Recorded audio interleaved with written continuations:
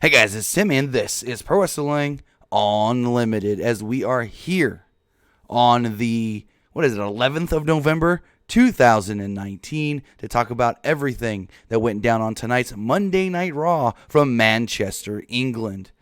You know, the show, when you read the spoilers of what had happened during this show, some sounded a little worse. Did I phrase that right? I don't know. Some sounded worse than it was, and some sounded like, better than it was.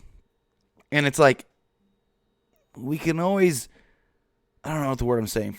What am I trying to say here? I thought the show was okay. It wasn't horrible. Now, I'll talk about what happened with Lana, the good and the bad. But the show wasn't, great. And hopefully the ratings don't dip too much. I can see this being a very low-rated show because, that Seahawks 49er game, which is going on right now with less than 2 minutes to go and tied. Everyone's watching that probably. And it was a pre-taped show, taped not just earlier in the day, but 3 days ago. So just looking here to see who is with us in the live chat. We do got St. Clair Saturday. We've got Derek Bocek. We've got Nelson. Like your thinking process there. And to be honest, so Nelson says I should start a NASCAR channel. And honestly, that was my first intention here on YouTube. But then I thought, nah, there's more to talk about with wrestling. Wrestling doesn't have an off season, so I can get more content that way. And maybe one day I'll go do a NASCAR channel.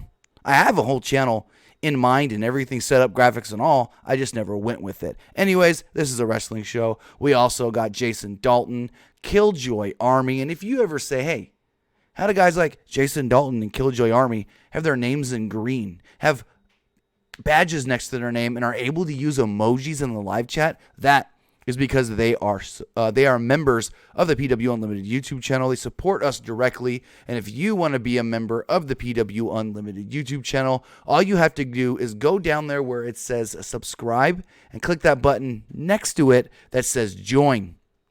Just a couple bucks a month. You can join to be a member of the PWUnlimited YouTube channel and support us directly and help us keep this channel going the way it's already been going. Also, another way you can keep this channel going is to support us by shopping at WWE Shop. Go to WWE Shop right now, where everything is 50% off. Well, at least all t-shirts are 50% off. If you use the link in the description below, that will directly help us here at PW Unlimited, and another incentive to go buy something on WWE Shop right now tonight. Everything till the end of today, the end of Veterans Day, 10% will go to the Hire Heroes Fund. Yes, everything you buy on WWE Shop today till I believe midnight, 10% of that will go to the Hire Heroes Fund, and you can get stuff, like I said, t-shirts, 50% off, and if you use that link in the description below, you will also be supporting us here at PW Unlimited. But now with that, let's talk about tonight's Monday Night Raw, people. So Monday Night Raw kicked off with the man, Becky Lynch. Becky Lynch came out, and the announcers explained right away what's going on with Becky and Charlotte and the Kabuki Warriors and Natty and all of that. So last week on Raw, Natalya submitted Asuka. So my first thought, and everybody's first thought, was, Natty and Charlotte challenging the Kabuki Warriors. We didn't hear anything until SmackDown. So Friday they filmed SmackDown, and then they filmed Raw, knowing what's going. Here's the wild thing: before SmackDown, no announcement was made of, hey, Charlotte and Natty are challenging for the tag titles. But then on SmackDown, 3 hours after Raw was already taped, they announced Natty, Charlotte tag titles. But Natty wasn't there. Why announce her? Then tonight they try to do this thing.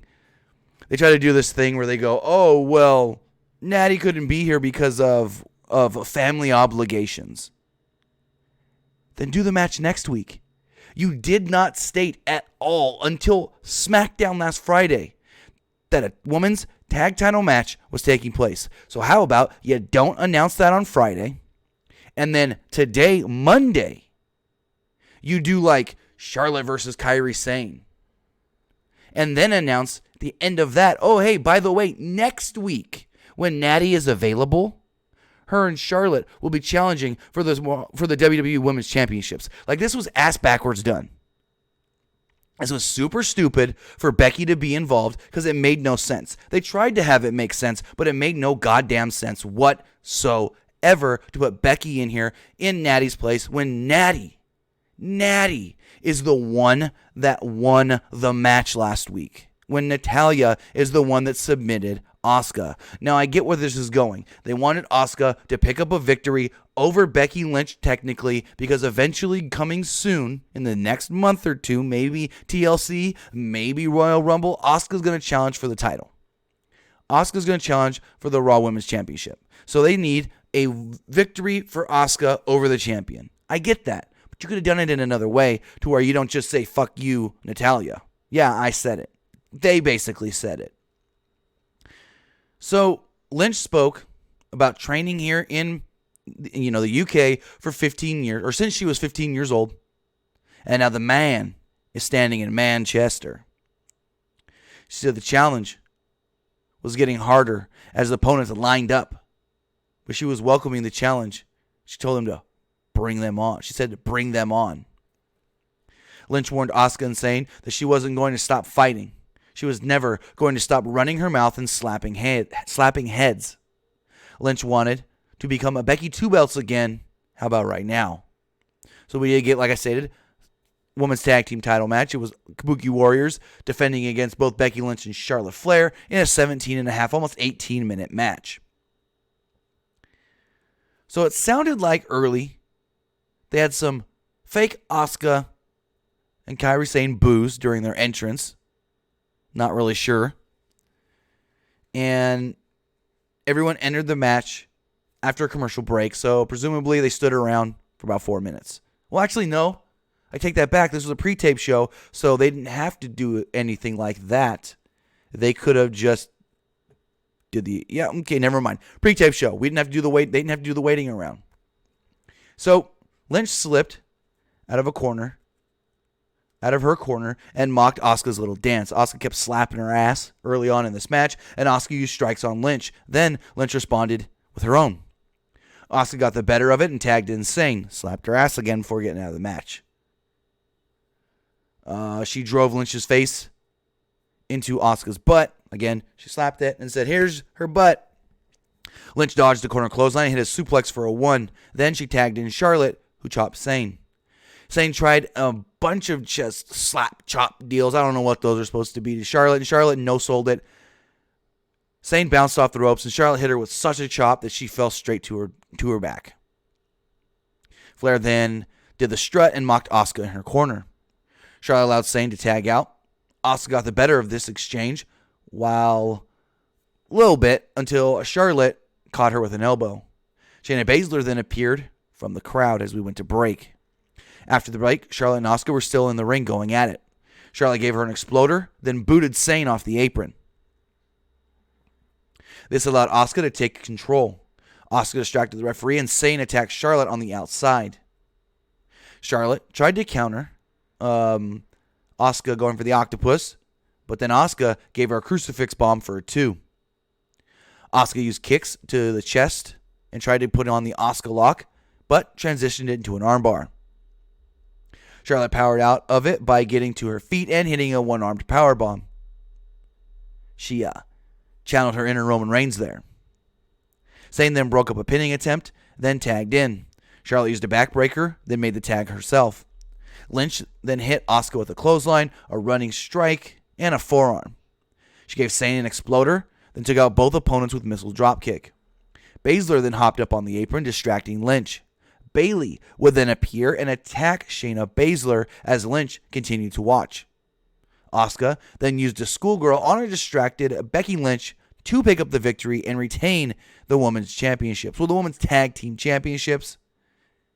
Afterwards, Lynch talked trash at Baszler, then Bayley attacked Lynch and drove her into the barricade. Crowd seemed pretty quiet for most of this match. But they were hot when they needed to be. They didn't really like Lynch just standing there for a lot of this match, really. So next up, we see Ricochet and Randy Orton. Just, I guess you can say, having an argument backstage. I'm not sure if that's exactly what it was. Maybe a disagreement. And then all of a sudden you hear the OC and they're making fun of Humberto Carrillo, trying to kick him out of the locker room. Ricochet then comes to the save, I guess you could say, of Humberto, saying, hey, you don't need to be doing that. Don't worry about him, da-da-da-da-da. And so AJ goes, hey, let's make things fair. Let's do a 2-on-3 match. Us three, the OC, against you two, Humberto and Ricochet. Finally, Randy Orton would step in and go, how about you make it really even? And you add me. He called himself Mr. RKO out of nowhere. I think it's what AJ had called him previously. So Orton delivered his promo. And later on in the night, we're getting a 6-man tag. So then we got Drew McIntyre versus Sin Cara. Match went almost 4 minutes, and Sin Cara just got wrecked here by McIntyre. And before anybody says anything, remember, this was a pre-taped show. This match was filmed before Sin Cara went public about asking for his release. This match was filmed before he even asked for said release. So no, this was not Sin Cara getting buried for asking for his release, as I was asked and seen many people say on Twitter tonight. There was a spot where Sin Cara tried to Hurricane Rana to McIntyre, who was on the outside, but McIntyre caught him and powerbombed him on the floor.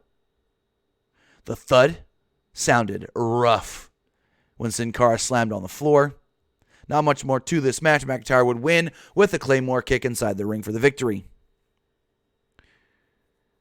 Then there was a weird segment with Erick Rowan where he was talking baby talk to something inside of a cage, and the camera was in the cage. So we're supposed to think that we're looking at him from the perspective of whatever this thing is he's talking to.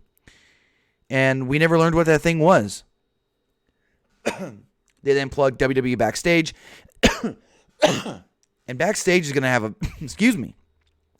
big, a big hurdle to climb at the 11 o'clock Eastern hour. Like, the show could be a good show, but it's never going to do that great of ratings at 11 o'clock Eastern, 8 p.m. Pacific.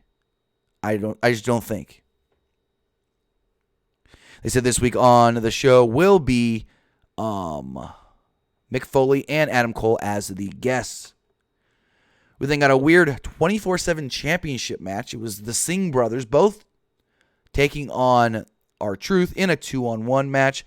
Apparently on commentary they said that R-Truth asked for a title shot, which I didn't know you had to ask for a title shot for the 24/7 title. And the Singh said the only way we'll do it is if it's a handicap match, which makes no sense. Because why do you got to ask for a 24/7 title shot when the whole premise of the belt is you can go attack the champion at any time and try to pin them and win the belt? Makes no goddamn sense.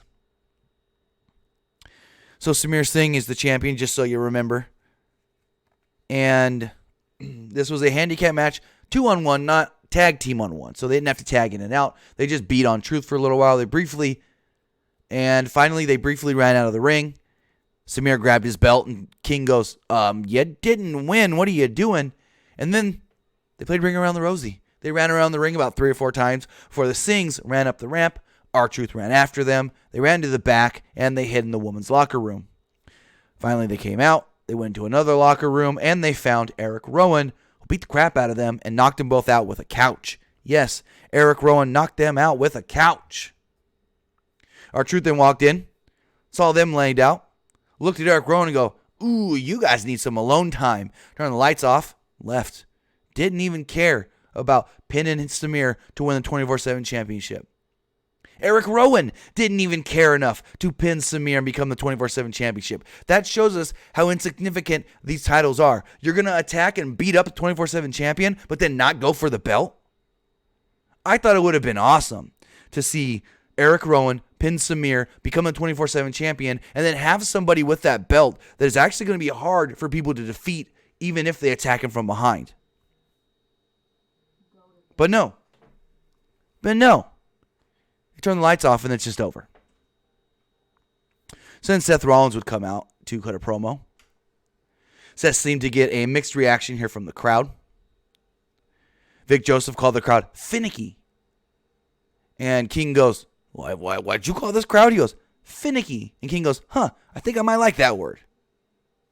So Rollins pulled a John Cena and said he was just happy that the crowd was energetic. Rollins ran down what happened with Triple H and NXT last week. He said Triple H wanted to light a fire under him, and he did. Rollins noted that he started in NXT, but Raw is his show and his home now. He said NXT started this fight, but he and his team would finish it, which he did not state who was on his team. Crowd then chanted for NXT. Rollins then said he wants a fight. He challenged the best wrestler in the UK to come out here in Manchester and challenge him, take him on. And who would come out? The quote-unquote best wrestler in the UK, per WWE standards, Walter. Walter and Imperium would enter. Walter said that he was a WWE United Kingdom champion. NXT UK was here to continue this takeover, I guess you can call it. And then he would then go on to challenge Seth, and Seth would say, I accept. So Seth basically accepted his own open challenge. Because Walter never said, I accept your open challenge. He made his own damn challenge. Convoluted, but it ended up giving us a 4.5-minute Seth Rollins versus Walter match. Not much here. Seth Rollins sold a lot for Walter, made Walter look really good as the bigger man, but then Imperium would interfere, causing the disqualification.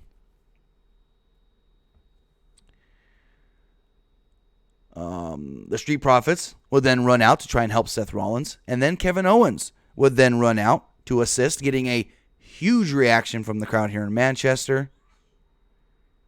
Owens and the Street Profits and Rollins all stood tall, and then we got an 8-man tag.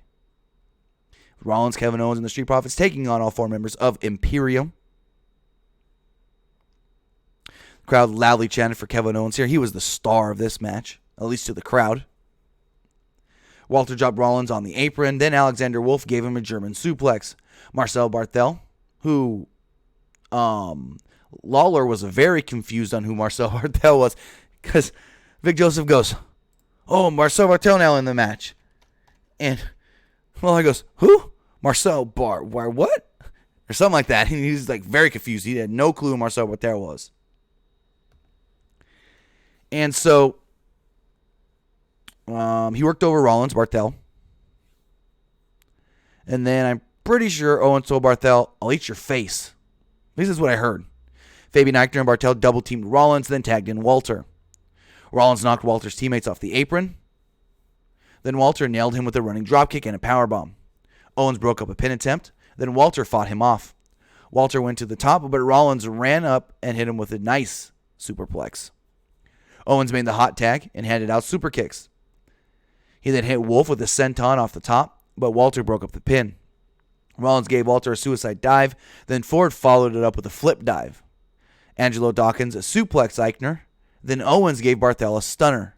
Rollins followed this up with a curb stomp on Alexander Wolf to pick up the victory. And then, after the match, Vic Joseph goes, well, there's no stopping Team Raw. So my first thought was, so is this the Survivor Series men's team?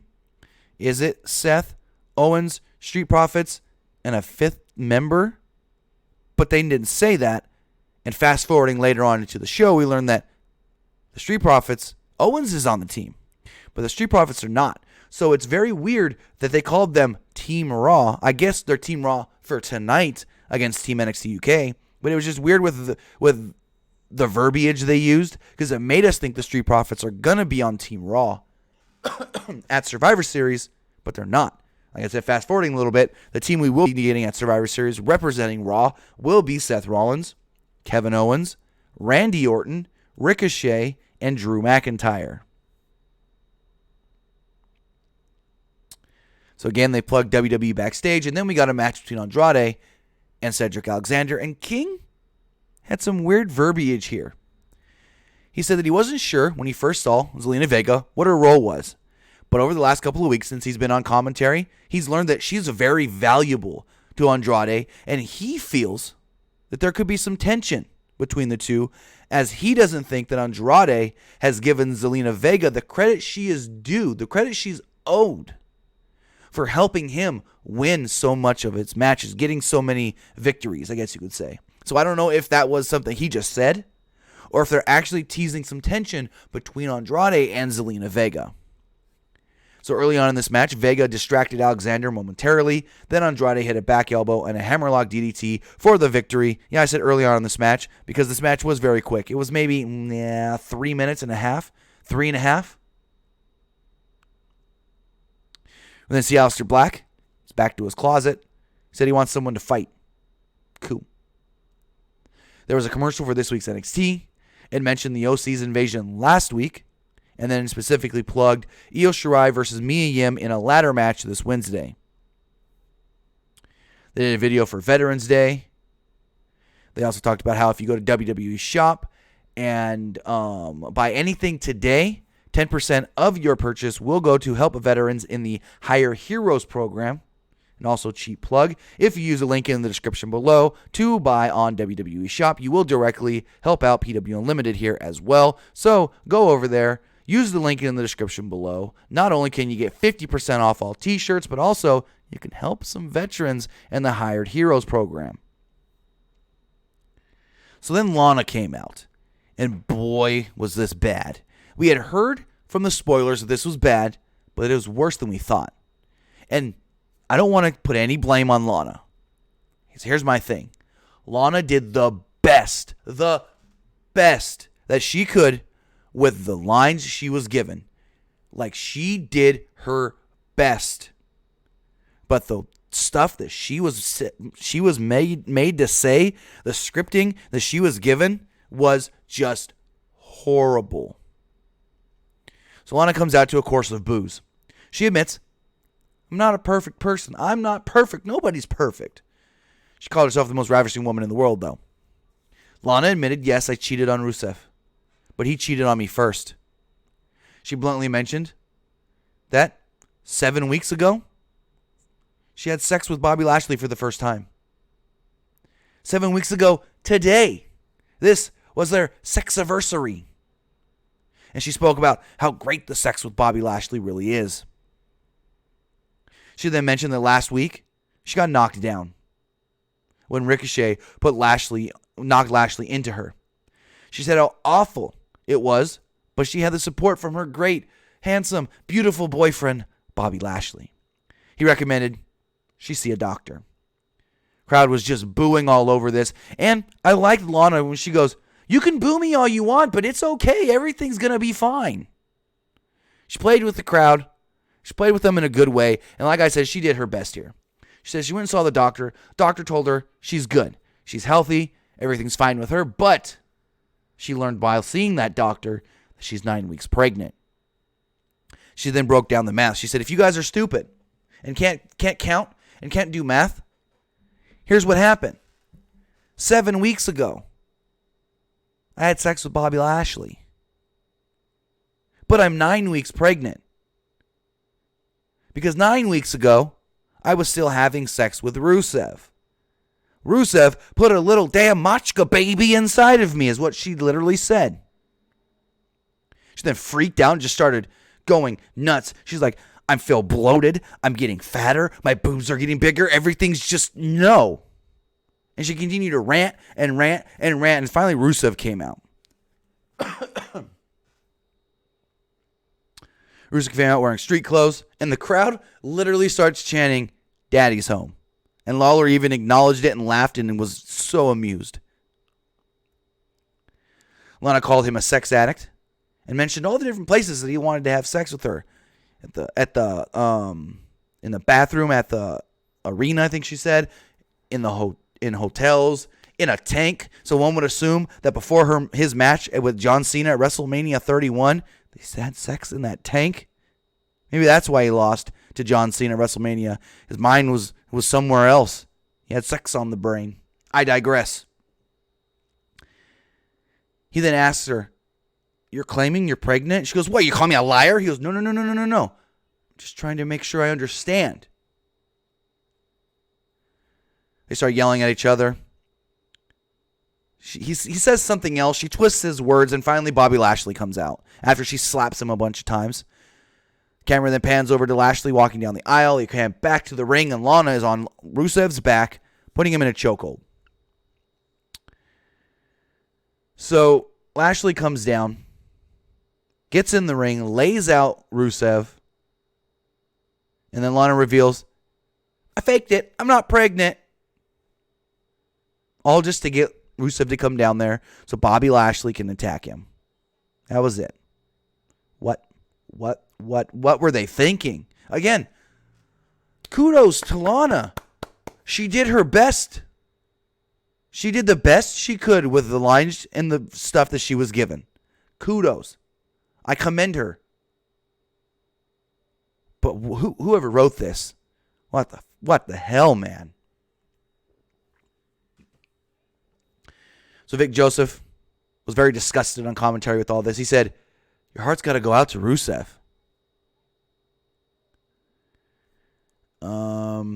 We then got Erick Rowan against a jobber. Match lasted a minute. He was carrying some sort of a cage down to ringside and left it on the announce table as he went for his match. Match was really quick. He then went back over to the announce table and said, you didn't touch it, right? They're like, no, we didn't touch your cage. And then he walked off with it, and we still don't know what's in there. But Vic Joseph kept saying that there's something inside that cage because the cage was moving around the entire time during that match. Lawler said, why didn't you look? He goes, I don't want to look in there. You look. And then we got a quick video package telling us who Flash Morgan Webster and Mark Andrews are, former NXT UK Tag Team Champions. Because next, they're taking on the Viking Raiders. We did learn that Bray Wyatt, the Universal Champion, will be appearing on SmackDown. Which, hey, I'm glad that the actual World Champion of the brand is going to be on the show. Then we got the Raw Tag Team Champions, the Viking Raiders, taking on Mark Andrews and Flash Morgan Webster. And I thought for a 3-minute match, I really liked it. The match is well put together.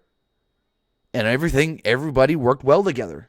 Andrews and Webster got the shine early, including Andrews hitting Eric with a stun dog millionaire. But then they were cut off, and Eric gave them both an overhead suplex at once. Very impressive looking.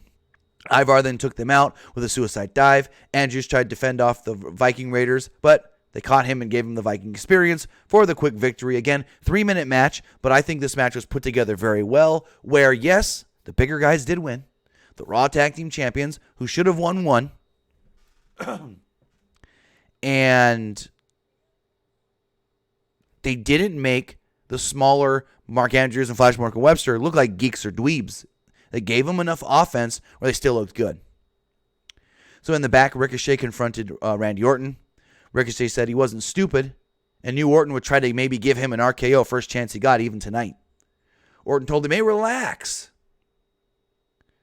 He said he didn't want to get into the head of Ricochet.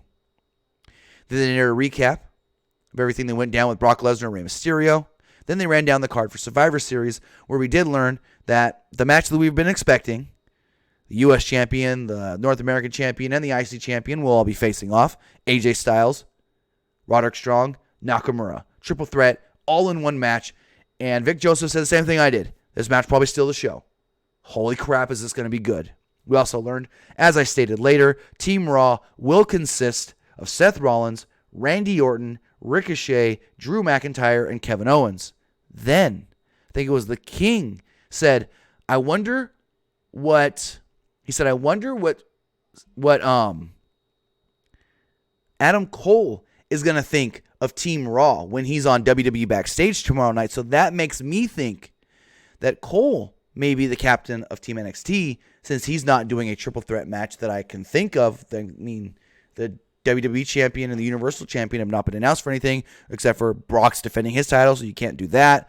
And I've heard that maybe The Fiend will defend his title against Daniel Bryan. So why not put Adam Cole as team captain of NXT? I think that's a better move anyways. We then got the main event, a 6-man tag team match. Randy Orton, Ricochet, and Humberto Carrillo taking on the OC. Orton and Ricochet were getting along fine until Styles knocked Orton off the apron and Orton blamed Ricochet. After a break, Ricochet was in control. Carrillo tagged in and was worked over briefly by the OC until he made the tag to Ricochet. Ricochet ran wild until Anderson caught him with a nice, just amazing spinebuster. I love the spinebusters by Carl Anderson. They're great. The OC would take over here. Gallows was working over Ricochet, and he also knocked Orton off the apron again. Ricochet fought back with an enziguri on Gallows, then a heel kick on Styles. Carrillo tagged in and hit Styles with the forearm, back elbow, disaster kick, and a standing moonsault. Carrillo missed another moonsault off the top, then Orton tagged himself in. Orton gave Styles a power slam and a draping DDT. Orton set up for the RKO until everybody came in and traded their moves. Carrillo took out Gallows and Anderson with a moonsault to the outside. Orton stood tall over both Ricochet and Styles. He teased going after Ricochet, but then gave Styles an RKO instead. Orton would then not go for the pin on AJ Styles, but instead tag in Humberto Carrillo, who gave Styles a big moonsault and pinned him, possibly earning himself another shot at the United States Champion. As Ricochet and Carrillo celebrated, Orton teased going after Ricochet again. Orton got in his face, told him he does what he wants, whenever he wants, and I loved commentary going, hey, these two work together good enough tonight, but they're also going to have to get along come Survivor Series when they're both representing Team Raw. And I liked that they kept bringing that up every time Orton showed, hey, I can come at you, I can come at you, I can do whatever I want whenever I want. So we'll see how they do. We'll see how they get along, quote unquote, at Survivor Series. But that was Monday Night Raw, folks. That was the pre-taped show from Manchester, England. There was just some stuff that made no sense. Like, why was the women's tag title match tonight not left on till next week when Natty can be there? And I don't know exactly why Natty couldn't be there. She's not on the European tour. I think last I saw, she was in California spending time with her family. Her mom and her sisters, they were at a national park. But my whole thing was, you should have just not announced this match taking place on Friday. And then tonight you could have announced it. But we'll see. Sanjay says the triple threat, by the way, is consisting of all heels. And that doesn't matter because it's not supposed to be a babyface heel dynamic thing. It's just supposed to be you're representing your brand. AJ for Raw, Nakamura for SmackDown, and Roderick Strong for NXT. But again, with that, I want to say thank you guys for joining me here live to talk about tonight's Monday Night Raw. I want to thank everybody who watches later right here on YouTube or listens on podcast services all around the world like iTunes, Google Play Music, Stitcher, SoundCloud, Spotify, iHeartRadio, and if we're not on a podcast platform that you listen to, that you use, hit me up on Twitter at TimmyBuddy. Hit us up on Twitter at PWUnlimited. Give us a message on Facebook, facebook.com/PWU/Pro Wrestling ULTD, or even message us on Instagram and let us know, hey, I use this podcast platform. I can't find you on there. Could you get added? And we'll do our best to get added. So again, thank you guys for joining me here tonight for the Monday Night Raw review. We should be back tomorrow with the PW Unlimited podcast. Nick was under the weather last week, so we didn't do the podcast last week, but hopefully Nick is feeling a lot better, and we can give you guys a good show tomorrow. So we'll see you guys tomorrow night. Have a good one.